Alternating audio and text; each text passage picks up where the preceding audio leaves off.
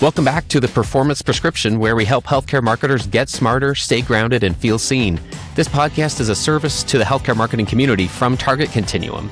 Their market-leading unified patient acquisition method helps healthcare organizations acquire net new patients with strategies grounded in their reality. Learn more at targetcontinuum.com. Our host today is Matt Rapucci, Regional Sales Director at Target Continuum, and our guest is Chris Hyers, Vice President of Marketing and Clinical Strategy Advancement at UConn Health. What I enjoyed the most from their conversation was hearing about some of the unique and cutting-edge procedures at UConn Health and how Chris's team is getting the word out about what they're doing and building trust with their community. And now, over to Matt and Chris. Well, Chris, thanks again for joining us. So we're going to zoom out and, like we always do, and kind of start at the beginning. And I'd love to ask you about your journey into healthcare. So what brought you into healthcare and why have you stayed? Ooh, oh, how long do we have? Yeah, because I've been at this a long time. The white beard shows that. So I ended up here by accident. I am the first in a family that has been in the country for almost the entire 250 years to go to college. Came out of a rural Georgia farm family, grew up in California. My dad was a mechanic. My mom was a secretary. Nobody had ever been to college. My dad had a vision. I did it and got a degree that I could not get employed in. Surprise. Became a fundraiser and was so good at taking money off people that a hospital CEO once said to me, "Hey, you've taken enough money off me personally and off my organization. Why don't you get into healthcare marketing and become my marketing director?" I already came with an office, a car, a paycheck that I could actually feed my family. And that was I was thinking about this morning. That was 31 years ago because our son was in diapers. And so, I got in by someone who believed in my talents and let me grow, which I think is really important to remember as we get later in our career. I'm still here, like 7 jobs, 11 markets, some crazy number later. Yes, I have to tell people, for me, healthcare kind of became like the Hotel California. I checked in, but they just would never let me leave. Thought about it a couple of times. It's a tough business, right? Tough, evolving business. And for those of us that are of my generation that started on typewriters and came to the internet, it's different. But there's a fundamental thing that we do as healthcare marketers and as storytellers that I think transcends marketing, if you will, anywhere. And we have the best product on earth because we save and change lives. So that's why I stayed. Yeah. I think the idea around saving and changing lives, I think in healthcare marketing, that's kind of like table stakes. Of course, that's what we do. But I think it's worth pausing and reflecting on that. Because we don't talk about it, right? Right. We talk about a new machine, an award. I remember second stop in this business was with some hospitals north of Tampa in Florida. And I'm driving from one of the hospitals to one of the others that's in this 4-hospital portfolio. And there's this billboard up that's about a new stereotactic biopsy machine for women around breast cancer. It says less pain. And I thought it was insane because it admits there's pain in this thing altogether, right? We have to think about what we want the world to know from the receiver's point of view, not the sender's. And that's also this is my second stop in academic healthcare and why I like it, because you deal with this brilliant stuff. And that guy who called me and said, "Why don't you quit taking money out of my pocket and let me put some in yours?" sat me down. Like literally on my second day of the job, I was so excited. I had an office. I'm like calling my dad, who worked out of his truck for 40 years. I got an office. Now, of course, I got stuck wearing a tie too. They said the job in healthcare marketing is really, really simple. You work with the smartest workforce in the history of mankind. They're educated beyond anything else. They're going to tell you things that will blow your mind. And your job is to make sure your grandma understands that. Okay, so understanding is 2 things, right? Concept and relevance. And if you take it from that approach, I think that's the greatest communication challenge we have. We take the most complex thing and break it down to, why does it matter to a 72-year-old lady that's trying to navigate care for her husband of 50 years to trust us? Yeah. Yeah. And I think you just said something, Chris, that's actually important, because you started like people do in saying, I need to be able to explain it so that a grandmother can understand it. But then you changed it the second time around and said you have to be able to explain it so she knows why it matters to her. And there is a difference in my mind. There is, except in I don't, because again, how content gets delivered today, right? So that was when we started. We were telling about things they didn't know existed, right? I've been around long enough to remember when you couldn't treat reflux, and we were all out telling them we can solve that for you, right?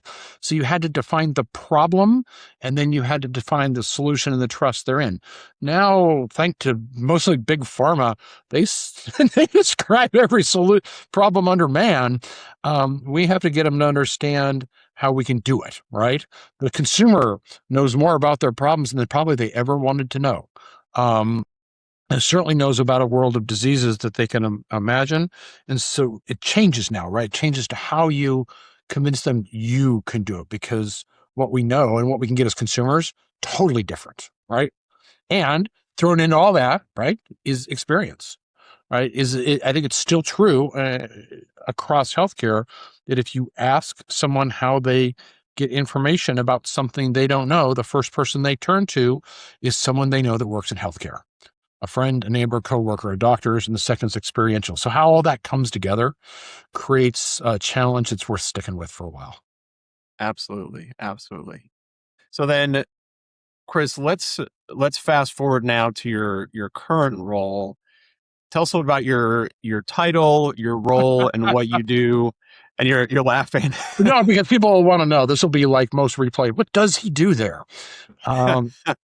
Yes, I've been here. So I came here 11 years ago to the University of Connecticut.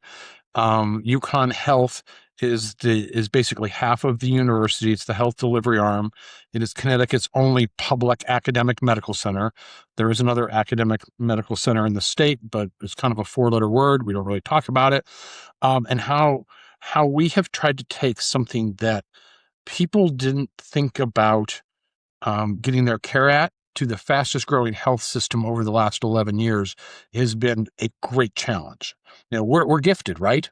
We get one of the great brand names in universities in UConn. We're equally gifted that we win a lot, so we get in the news a lot. And so people pay attention to things that have UConn, but they were not paying attention to UConn Health. My favorite, when I got here, I'm a big believer in we don't know. We got to ask the consumer. And so we did one of those blinded 1,000-person market studies. They don't know who's doing it. And we asked my favorite question of all of them, you, a friend, a coworker needs healthcare in Connecticut. There's no boundaries, no payer boundaries, where are you going to go, right? We finished 6th behind I don't know in brand awareness. I don't know outscored me, right? Now, fast forward a decade later, we're firmly in the second position behind someone who outspends me at about 20-1. And it's that evolution, because an organization can focus on quality, which we've done well and gives us a story to tell. They know they need to be profitable, but if you don't get relevant to the consumer, which is really what our UConn Health journey's been, is to say, this is why academic healthcare is different. This is how we are differentiated. And it goes back to what I was talking about before, and telling those unique stories, right? That they go, whoa, they do something cool. They can certainly do something basic. So now, now it's been 11 years. We've gone from one of the smallest academic medical centers in the country to, by the end of this year, we will have brought on 3 additional hospitals, and we will be essentially the 3rd largest health system in Connecticut. I know, small state, big claim to say you're 3rd biggest, but having gone from literally one of the smallest to one of the largest is a ride like no others. And we opened a new hospital during all that. So that's some fun. Yeah. And you've gone through a pandemic. It's funny. So quick story, pandemic is why we caught fire. Because UConn Health is anchored in Farmington, Connecticut. You know anything about the geography? We're in the suburbs of Hartford. They were put out here a long time ago, so it wouldn't make the big boys mad. When they gave the University of Connecticut a medical school research, they put it out in the suburbs so the big hospitals in the city wouldn't see it. And they never talked about delivering care. And when I got here, people would literally say to me, but there's no doctors there. I can't get care. It's a school, right? Nuts to think that, right? We're on a beautiful campus. So COVID hits and we very quickly pivot to take our campus and our parking garages first into drive-through testing and then into drive-through vaccinations. And what we did by telling this story is our best audience drove by us to hospitals downtown. They'd go 20 minutes into crowded, congested, scary, they went to the pit. I mean, to bring a modern reference, they went down there by using our resources and getting the drive through and solve that really modern problem. Remember, we were all scrambling for testing, right? They could drive through, they get it. Then they experienced our campus. Then they came back when we could vaccinate. And then, by no surprise, the next time they needed an ER, they already knew where we were. They knew it was easier. And here they came, and our ER went straight up for the 5 years that followed and everything good that follows from there, right? Here comes the patients. We have grown in years when every other hospital in Connecticut was flattered down. It's been incredible. So while a pandemic was not a good thing, it was a very lucky thing for us. Yeah. Well, I think you went back to what you were talking about earlier about helping people improve their lives and save their lives. And you put that into practice in a really visible way. Now that you say that, it just took us back to the basics, right? Because you're an academic medical center, you have experts. We had infectious disease experts. Everybody wanted to hear from them. We went back and did something we hadn't done in forever, which is a electronic patient newsletter. Every week for about 26 weeks, here's where you can get testing. Here's the latest. We became a source of information and a trusted source because out front were academic infectious disease docs that were saying pick your subject, and people who knew us on the periphery, we became really, really relevant. So part of that storytelling, right? It's not just the story you tell, but who's telling it. And when you have people who've been all over the world who have worked on Ebola in Africa and these things and are coming back and saying, this is what's happening in your backyard, the truth and the fiction, it's a credibility piece that I think is pretty unique to academics and something that really helped us. Yeah. And that credibility and that building trust, especially at that time, and it's even extended now, everyone is competing for attention and everyone's competing for truth in some ways. And so the fact you were able to establish that trust has, I'm sure, had a huge carryover effect. I mean, that kind of fast forwards to how we think about telling the story, the trust thing, right? So it's really, really interesting in this bifurcated media world. Not only how do you get it, but how do you know it's real and how do you trust? And I've always thought the formula is silly to call it a formula, but it's pretty basic, right? If I want to tell you a story about care, I need to make it resonate in two places. I need to have a patient who benefited, whose life we made better, who chose us, who went on the journey with us, who it worked, and I need to have a physician, right? And a physician who was there with them. And it's not, we spend a lot of time harvesting, patient physician stories because that's the lens I want them to see it through. That's what matters. Their neighbor trusted us with that guy and it worked. And that, I think in a world where everyone's an expert and there's so much content out there, I don't know a better way that the two people sitting there going, I was scared and now I'm walking out. This is the third time I had that knee done. This time it worked. And that's fun, right? Because then you go back to why our part of the business is the best part of the business. Because I tell the staff all the time, nobody dies when we get it wrong, but people get better when we get it right. Yeah. So yeah, and as you keep referencing, you get to share the stories of those. Oh, yeah, that's the best part, ways. Right? Yeah. Especially now that I don't have to take media call anymore. I get woke up at 2 a.m. because something bad happened. I just get to think about how to tell the story. But think about the people that work in healthcare. I mean, you guys talk to people all over the country, right? I for one, came in every day during COVID. 2 reasons. One, my wife did not want me at home. Fair enough. She's like, no, get out of here. Go to work. This is not going to work. But 2, our workforce doesn't have a choice, right? This business Matt, you're like in Maine or something, right? Aren't you back here? Maine, yeah. Yeah. So, snow days, they close down everything. No one goes to work. You know who still goes to work? Healthcare goes to work, That's right. And so the privilege of telling that story is in part understanding the great burden that people who chose to put hands on patients carry. And we can't forget that. And the hero status that they got during COVID should be the hero status they all have, not just mine, everybody all the time, because they make sacrifices to the end of time. So it's our pleasure to kind of tell the story and hopefully do it better than the competition. I have a couple more questions about UConn Health, but we actually kind of skipped over your role.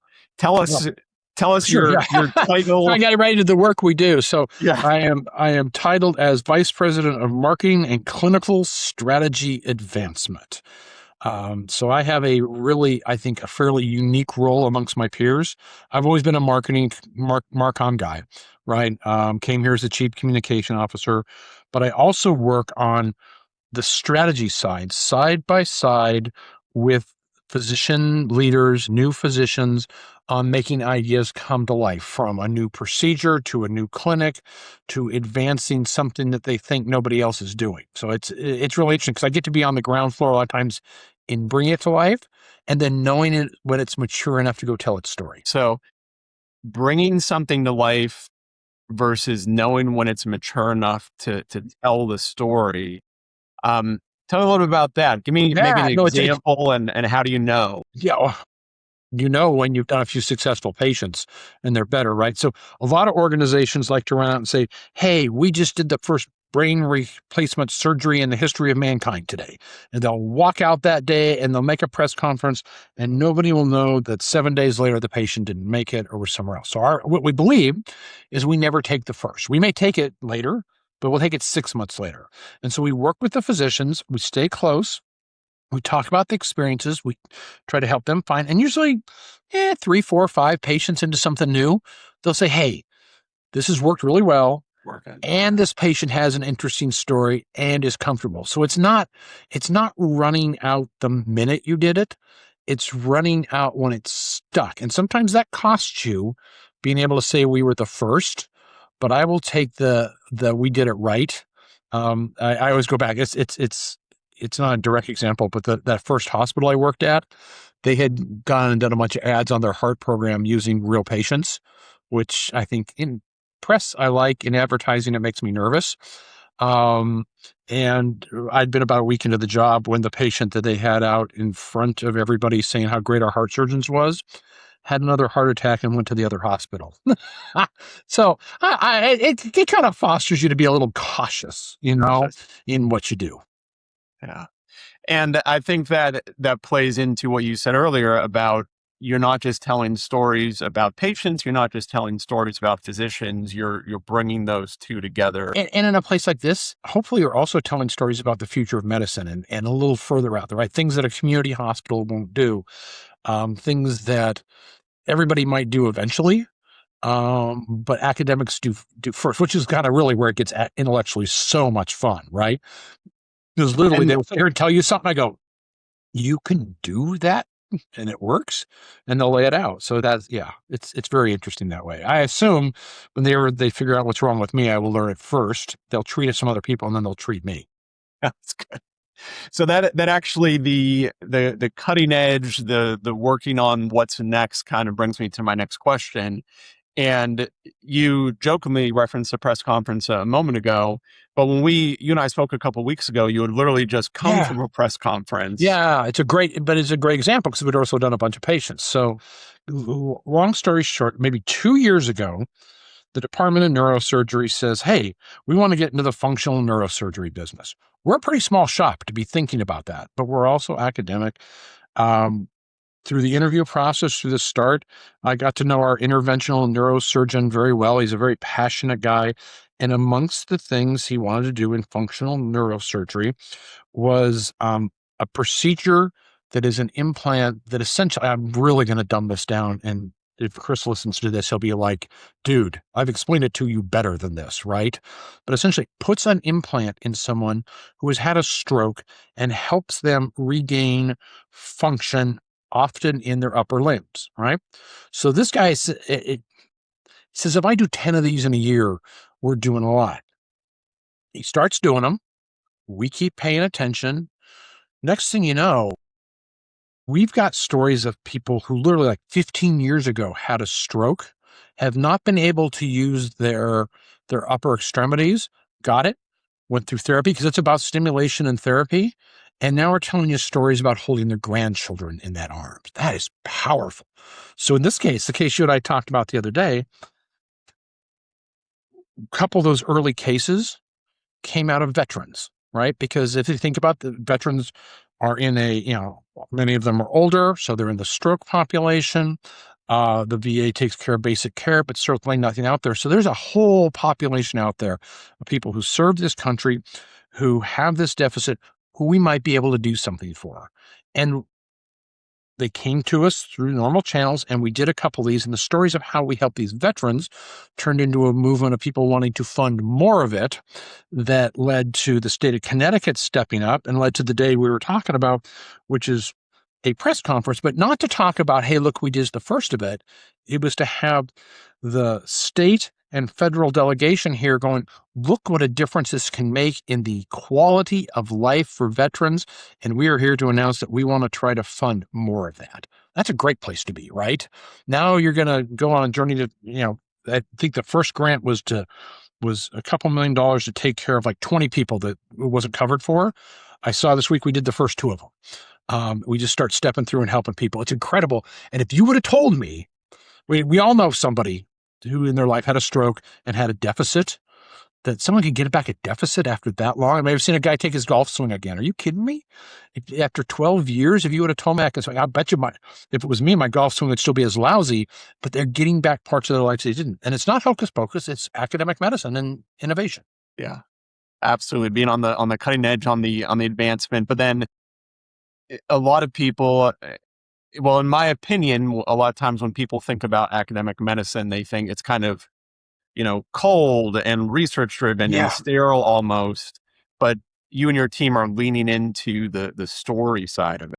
Yeah. And it's why, because these people are doing stuff and there's stories to tell. We have a small team. You got to be scrappy. We take harvesting stories and how many different ways we can use it. But in the end, these physicians, they've studied their whole life to make this difference. And there's a story in there, right? And just like I'm not good enough to go in there, not even close, and do what they do. If we're good at our job, I can take the story out. It's very, very rewarding. And, it's funny because healthcare marketing, people get all down on it, go look at all the money. And you talk about pharma early and they spend, and are they creating demand and all this? That's not what we're doing. We're saying, maybe there's something that can take care of you. Maybe we're here. Maybe there's hope. And there's many, I think about some of the big national brands that you see do that really well. That's what still makes this profession, if you will, worth it despite how hard it is. Yeah, that's right. So you alluded to your team a couple different times. Can you tell me a little bit about the makeup of your team? And I always like to ask people, what's your team's superpower? Storytelling, for sure. I mean, I tell people all the time because I'm really proud of it. We've worked together for a long time. We've developed so the team is, we still share part of it with the university. It's a very odd setup. So the university has part of it. Social media, video content lives at the university. We have within ours a couple project managers, couple designers, a writer or two, a marketing director. It's a very small team of people who mostly can wear 5 or 6 hats at any given time, right? In a highly specialized world, it's still generalized. And if you think about how the world's changing, that's pretty good because they still expect someone in this building to be able to walk over and take a picture. And not on their phone, which runs me nuts, right? They'll do everything else on their phone. They want a camera. They want video. And so I'm working alongside our communications colleagues because a lot of the storytelling comes from them, right? The idea is you get together and you say, what are we going to do with this? Can we get it for free? Do we take it to social? Do we pay for it? And we solve problems. And then try to figure out digitally where the heck anyone pays attention, which is incredibly hard. Right. Telling the stories, but then making sure the stories are getting in front of the right people. Yeah. And that's why when you finally get back all the way back around to like that survey I talked about, and people every 18 months attribute things to your brand, you're like, okay, it is sticking. Like for years, for decades. So, University of Connecticut, Our doctors take care of the UConn Huskies. We've got a lot of national championships. It's something we're pretty proud of. We've marketed the daylights out of it, but you never know if it sticks, right? Finally, after 10 years this time in brand attributes, we got to double digits. First time it ever came on the screen. Double digits. What do you know about UConn Health? Official doc of the Huskies. I'm like, yeah, there we go. Right? You don't know what they know about you, but as long as they know me, right? Got to know my name, which is progress. So I said one question. It was related to what you were just talking about attributing things to your brand. So my experience when I've been provider side as well is that storytelling influences the marketing side and the patient growth side. Undoubtedly, it just always isn't attributed correctly, but it has a bigger influence than most people think. So I'm just curious, like how you do describe that, like if it is things like that, where it's brand recognition and things like when you get asked, what's the value of storytelling again on the patient growth side? Yeah, so great question, Jarrett. Right, it goes back to that whole what's our seat at the table and what's our value kind of thing, right? So I cheat a little bit because I like to put up the metric of the growth of this place and say, did any of this happen before we define the van? Here is your 25-year history. Then we reinvented the brand and started to go like this: cause, effect. You're scientists, you tell me, right? I actually find right now that I'm really struggling with understanding what meaningful KPIs are, right? It used to be traffic to the website after you did something and views, but it's still everywhere that I don't know. So my general take is if we can show in small things, when we introduce a new physician, something, maybe run one of those stories, do it. Can we show across all platforms activity? Okay, we did our part because healthcare or marketing in general, right? Our job is awareness, interest, and trial, and then we hand off the experience to somewhere else. So if we can show that interest piece, like someone logged on, they looked, maybe they didn't fill out a form. We drove traffic to the website. We did some things. That's the best I got. And when the organization's been on a great 10-year run, nobody questions that yet. When it starts to go the other way, then there'll probably be time for the next guy to run marketing. Love that. Well, that's very real. I think a lot of marketing leaders are going to be nodding along to that because that's their experience as well. Well, and if you think about, remember again, I don't know what the demographic of your audience is, but 100 years ago when I got into this business, everyone used to tell us, like, how do you really know, right? They'd come in, they'd sell you the old yellow pages. Matt, that was a big book where you got phone numbers from. I don't know if it's, I remember that well. Don't worry. Okay, just to help you out, man. And they'd always say, look, this is the number one source of your calls. And people would have these call trackers in their call centers. How did you hear about yellow pages, yellow pages, yellow pages? But why did you stand out in the yellow pages? It was because of everything they heard before. They go, I know that name, and come through. So really understanding how it works, which is why, listen, any job in marketing is a great job because you get to solve complex equations in ways, but it's what makes healthcare so fun because we can't create demand today. All of our marketing colleagues everywhere else can make me want a new drink that Coca-Cola does, or you know what, I was going to go home for dinner tonight, but that new restaurant's got my attention. Everybody else is demand creation. We're demand anticipation. We have to get you ready to use us when you need us. And that's it. So you can't always prove it, right? That straight line that other marketers would do, we can't. But if your results are good, then you did your job. That phrase, that's going to stick with me, demand anticipation versus demand creation. Just one of the many insights you've been able to share with us, Chris, and I want to thank you for joining us today. Okay, no problem. Hopefully we created some demand for your podcast. I appreciate it, guys. This is my favorite subject, right? Other than talking about my kids and golf, both of which I'm not very good at. Healthcare is great. So thanks for the invite, and I look forward to seeing what you have in the future and how someone rebuts everything I said in your next podcast. That's right. Then that's when we'll have you back on in the winter. So we'll go back and forth, right? Find someone who believes the exact opposite, and we can run it for you. Fantastic. Thanks again. Yeah, thanks, guys. Thank you, Chris.